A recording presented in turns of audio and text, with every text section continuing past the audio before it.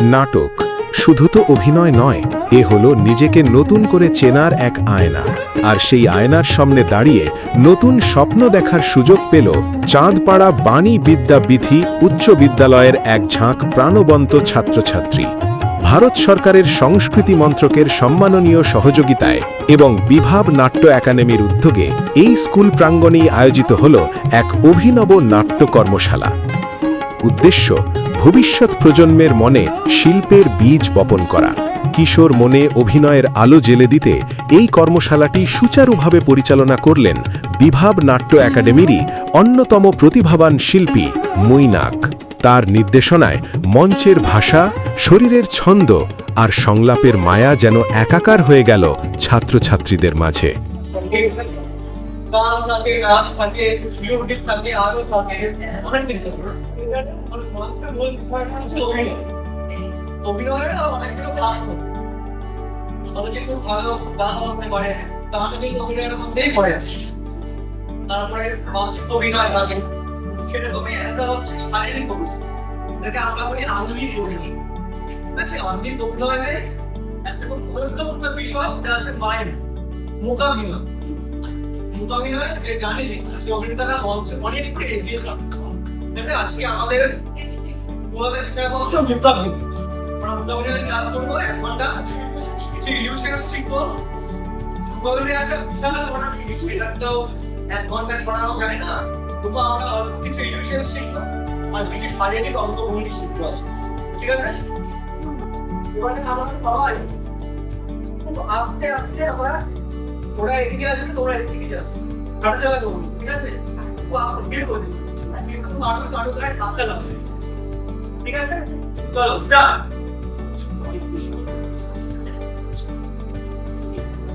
আমার তোমরা গেট তো কাটা কোনো ধাক্কা না পড়ে যাবে।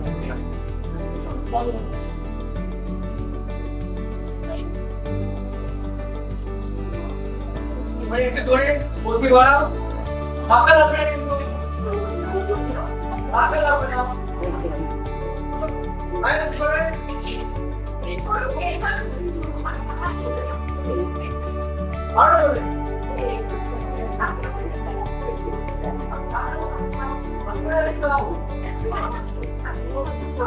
আরো ধরে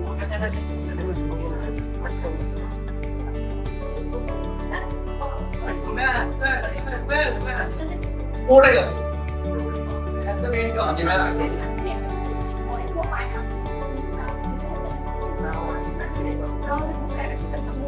তার কাজ লাগবে না। ওকে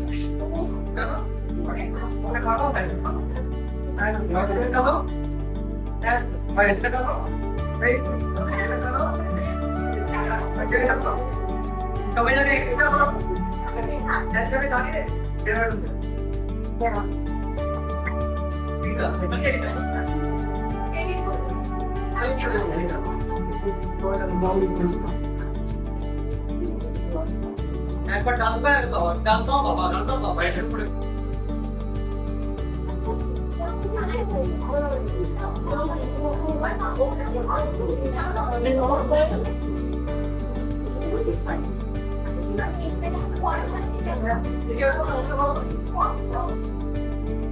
রাখলাম। এটা আনতাম না, আমাদের এবারে নিচে ক্লাসটা নিয়ে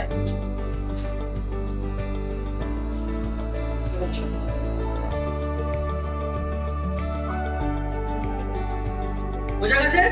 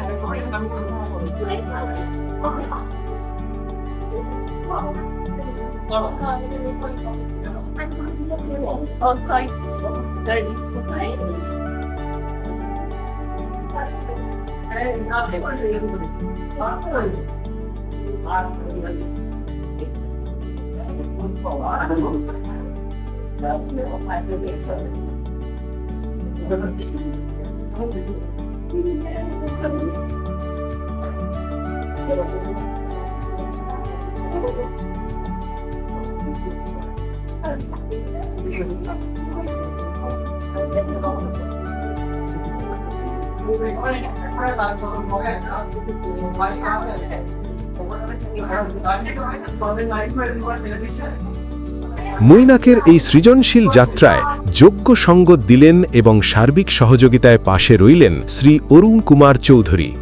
আজকে তোমরা এখানে উপস্থিত কেন সবাই নাটক পড়ার জন্য না, নাটকের কিছু বিষয় শেখার জন্য।